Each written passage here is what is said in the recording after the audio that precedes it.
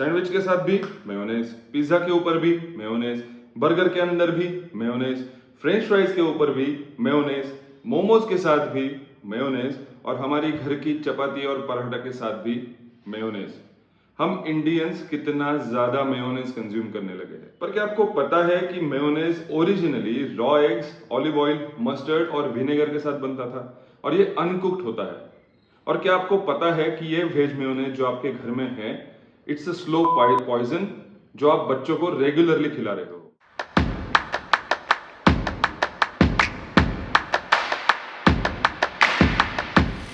Hi and welcome back to Ethical Eating with Sumit. I'm very happy to get you the second episode in this series, Harms of Ultra Processed Foods.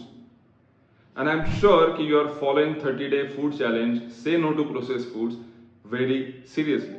अगर आपके घर में भी ये वाला या किसी और ब्रांड का मेयोनेज पैकेट है तो इसे फेंक दो, क्योंकि ये स्लो पॉइजन है जो आप बच्चों को रेगुलरली खिला, जो आप हर चीज के साथ खा रहे हो, टेस्ट ले ले, and it's not your fault. Mayonnaise is marketed like that. Bright, white, shiny, creamy, tasty, healthy, and even the taste appeals to the kids and even adults when served with burgers, pizzas, sandwiches, momos, and even your homemade chapatis. Why I was saying slow poison? Let's get to know that. But before that, let's actually know what is mayonnaise actually and how did it become so popular in India over last few years. So original mayonnaise was invented by a French chef, Duc de Richelieu, and it is made with raw eggs, olive oil, vinegar and mustard. Yes, and it's uncooked और इसे बनाने में काफी ज्यादा मेहनत और मशक्कत करनी पड़ती है. किसी भी होटल मैनेजमेंट स्टूडेंट से पूछ लो मेरे जैसे कि किचन प्रैक्टिकल्स में सबसे डिफिकल्ट चीज क्या बनानी पड़ती थी, and they will say mayonnaise by beating raw eggs for hours and hours, incorporating olive oil and vinegar slowly and making the perfect mayonnaise. Mayonnaise बनाना एक आर्ट हुआ करता था और इसीलिए ये सिर्फ कॉन्टिनेंटल रेस्टोरेंट्स के कुछ लिमिटेड डिशेस का ही हिस्सा था. फिर ये मेयोनेज इंडिया में इतना पॉपुलर हुआ कैसे? In 1990s, KFC restaurants in India started serving mayonnaise as an accompaniment with their fried chicken and singles. McDonald's followed the suit and started using this mayonnaise in their burgers. The taste was so yummy that people got hooked to it and it became a sudden hit. That time, companies like Cremica, Fun Food were making mayonnaise only for the commercial supply. But इसके high demand के चलते they started making in smaller quantities and in retail also, and it became a big hit. इतना hit आपका सबका प्यारा mayonnaise मेरा भी पहले हुआ करता था.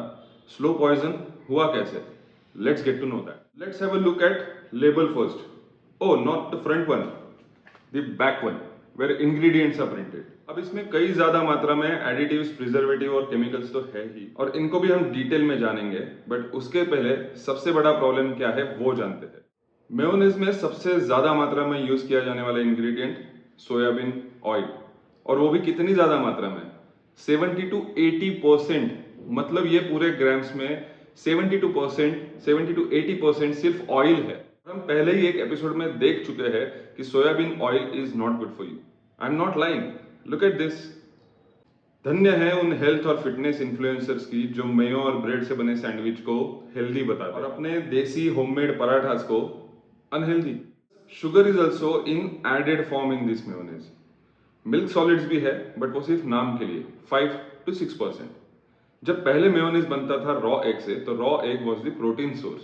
उसे रिप्लेस करने के लिए फर्स्ट बैचेस में मिल्क सॉलिड्स को इंट्रोड्यूस किया गया, और तब मिल्क सॉलिड्स की क्वांटिटी हुआ करती थी 20 to 30% और ऑयल की क्वांटिटी हुआ करती थी 50-55%. बट जैसे जैसे कमर्शियल प्रोडक्शन बढ़ता गया तो कंपनीज ने प्रॉफिट बढ़ाने के लिए और कॉस्ट कम करने के लिए मिल्क सॉलिड्स को रिड्यूस कर दिया 5 to 6% तक और ऑयल की क्वांटिटी बढ़ा दी.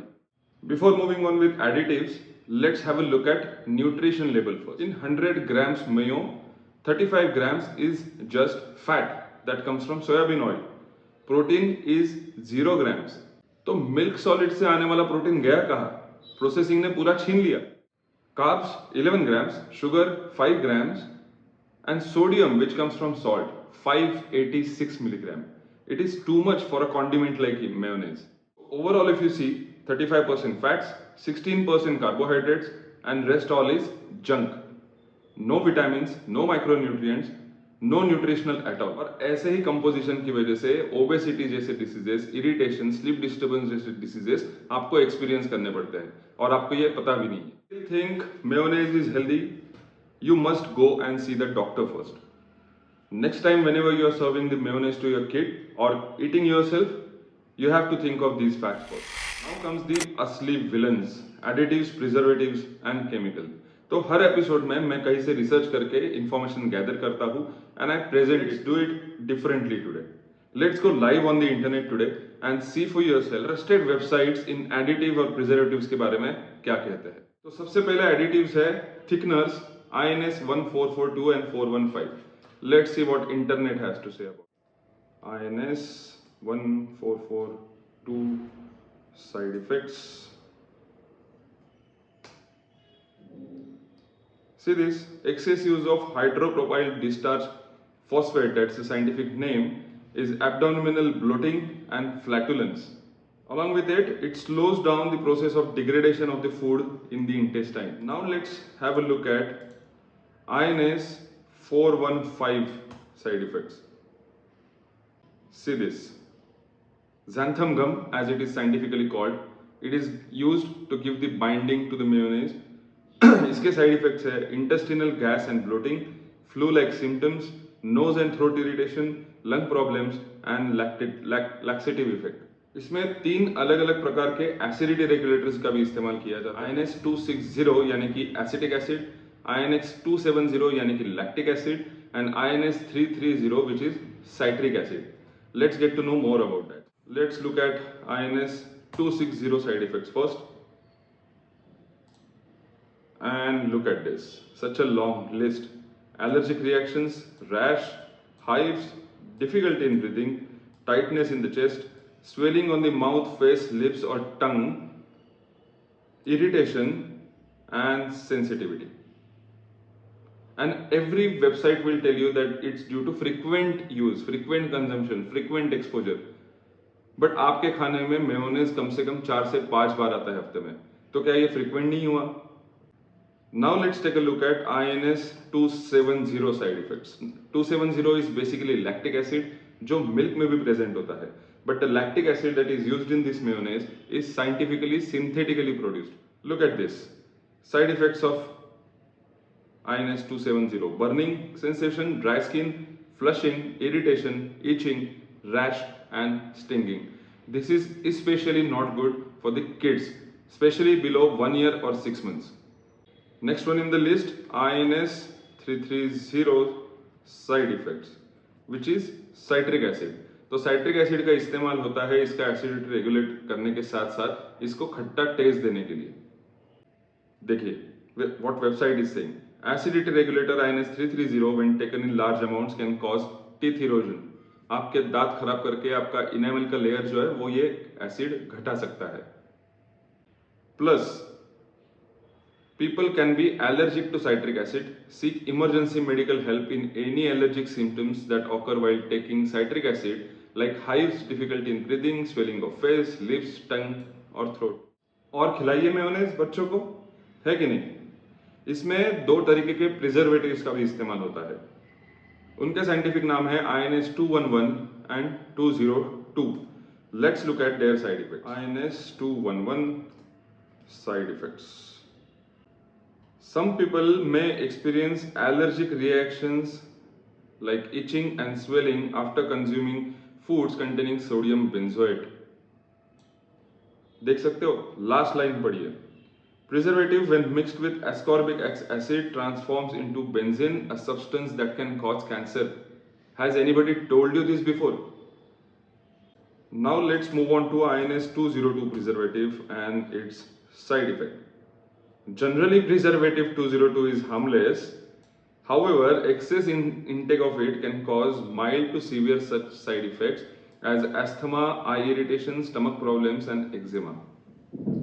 क्या आपके मेयोनेज पैकेट पे इसकी क्वांटिटी लिखी है?